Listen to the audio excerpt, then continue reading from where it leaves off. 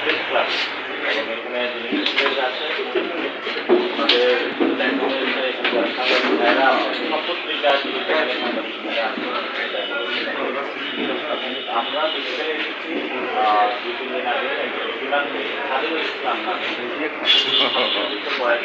তরুণ যুবককে ভারতীয় বাহিনী হত্যা করে।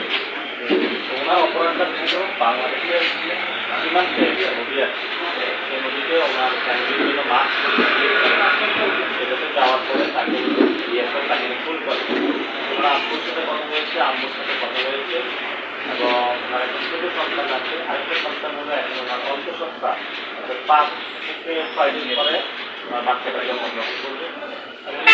করার পরে বাবার সঙ্গে দেখতে পারবে।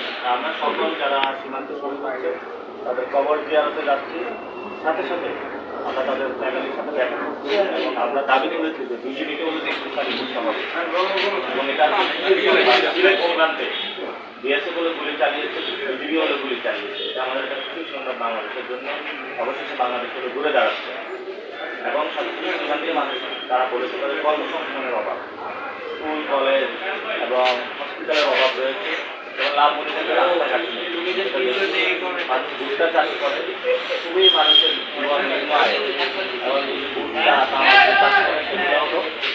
সরাসরি জনবৃদ্ধি হবে ক্রয় করার সুযোগ থাকে না। তো তারা যে টাকা উৎপাদন করেছে সেই টাকাগুলো বিক্রি এটা লাভ দিয়ে তারা বিক্রি করতে পারে না এবং এখানে ভারতীয় বাহিনী হলো বাংলাদেশের সেন্সিটিভিটি আবার দেশের দিকে তরুণ সমাজকে নষ্ট করার জন্য। এগুলো হলো আমরা সেখানে দেখে এসেছি এবং সাথে সাথে যেটা আমরা বলবো সীমান্ত হলো মানুষের কর্মসংস্থানের অভাব রয়েছে, সেটা যদি আমরা নিশ্চিত করতে পারি তাহলে বাংলাদেশ সবাই নতুনভাবে হলো ঘুরে দাঁড়াবে। এবং এখানে প্রান্তিক মানুষের সাথে কথা বলে যেটা মনে হয়েছে তিস্তা একটা বড় ইস্যু। লালমনিরহাট পাশে হলো তিস্তা হলো একটা ব্যারেজ চায় এবং তিস্তা হলো পানি চায়। এটা ঐতিহাসিকভাবে জিয়াউর রহমানও বলেছিলেন এবং এখানে উনি একটা গোড়াপত্তনও করেছিলেন যে এটা হবে, কিন্তু হচ্ছে না কেন? এটা হলো লালমনিরহাট পাশেগুলো প্রশ্ন এবং তারা বলছে যে আমাদের এখানে প্রতিশ্রুতি দেওয়ার পরে এটা পদ্মাতে গুলো সরিয়ে নেওয়া হচ্ছে, পদ্মা ব্যারেজ গুলো করা হচ্ছে মহাপরিকল্পনা। এটা হলো ভারত বলে আমরা করে দিব, চায়না বলে আমরা করে দিব, দুই দেশের লড়াই হলো এটা হচ্ছে। এটা এই জন্য হলো লালমনিরহাট মানুষের প্রাণের দাবি তিস্তার যে মহাপরিকল্পনা সেটা যাতে বাস্তবায়ন হবে, লালমনিরহাটের যে স্বপ্ন লালমনিরহাটবাসীর উন্নয়ন সেটা তারা চাচ্ছে এবং আমরা আশা করি যে এটা দ্রুত হবে এবং আমরা যদি ইনশাআল্লাহ সরকার আছে তিস্তা মহাপরিকল্পনা যে কোনো মূল্যে বাংলাদেশে বাস্তবায়ন করবো আমরা ইনশাআল্লাহ। আমাদের স্পেসিফিক দাবিটা হলো পৃথিবীকে শক্তিশালী করতে হবে এবং সাথে সাথে সীমান্ত যারা আছে সে মানুষের কর্মসংস্থানের ব্যবস্থা করতে হবে। যারা শহীদ হয়েছে আমরা ইনশাআল্লাহ প্রত্যেকের কবরের ন্যায় স্থাপন করবো এবং আমরা তাদের সরকার থেকে ক্ষতিপূরণ পাচ্ছি।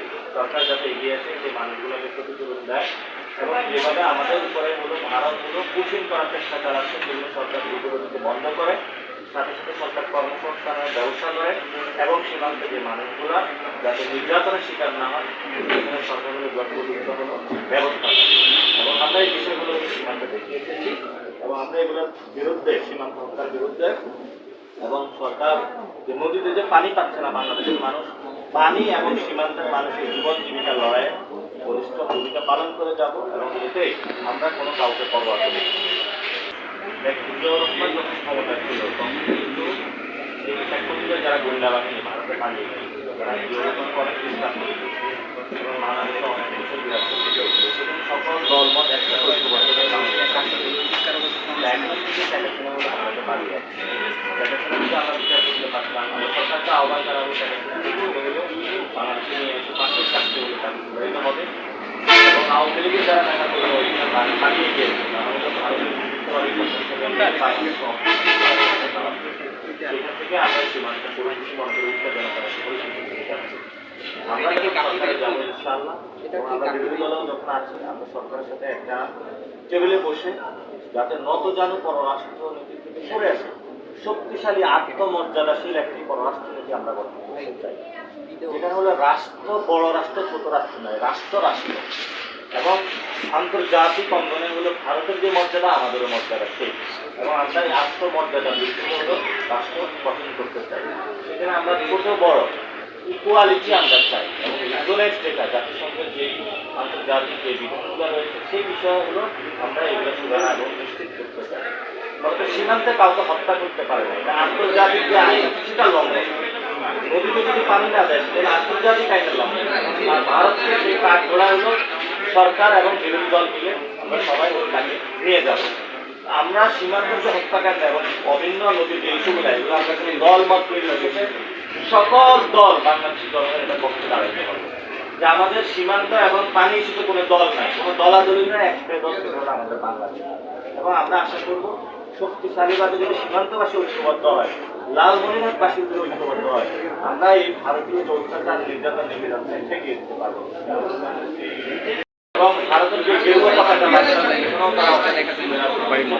আপনারা জানেন ভারতে মুসলমানদের গরু খাওয়া ঈদের নামাজে বলে তারা বলে সেখানে রেস্ট্রিকশন, এইগুলো হলো মানবতা বিরোধী কাজ।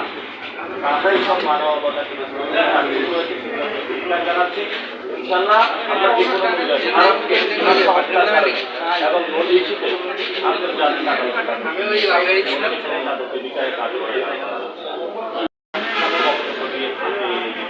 আলোচনা করা হয়, আমাদের সাথে আলোচনা করা হয়, সরকার তাদের সাথে আলোচনা করে সেই লোকগুলোকে আমরা দেখতে চাই।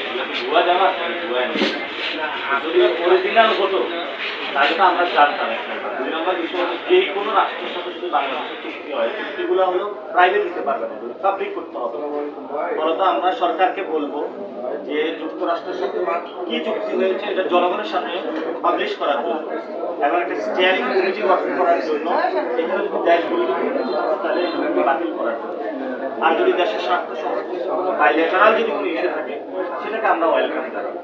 আমরা দলীয় স্টেটমেন্টে এই বিষয়টা যখন সরকার পাবলিশ করবে, অলরেডি এটা নিয়ে কথা উঠেছে, এই বিষয়ে আমরা পরবর্তীতে প্রেস ব্রিফিং করে সেন্ট্রালি এই বিষয়ে আরও প্রকাশ করবে। কারণ আমরা ভারতের পক্ষ না আমেরিকার পক্ষ, আমরা চায়নার পক্ষে না, আমাদের পক্ষে একটা বাংলাদেশ। বাংলাদেশের স্বার্থ যেখানে আছে সেখানে আমরা বাংলাদেশের স্বার্থ যেখানে না সেখানে কোনো চুক্তি হতে পারবে না, কোনো হতে পারবে না।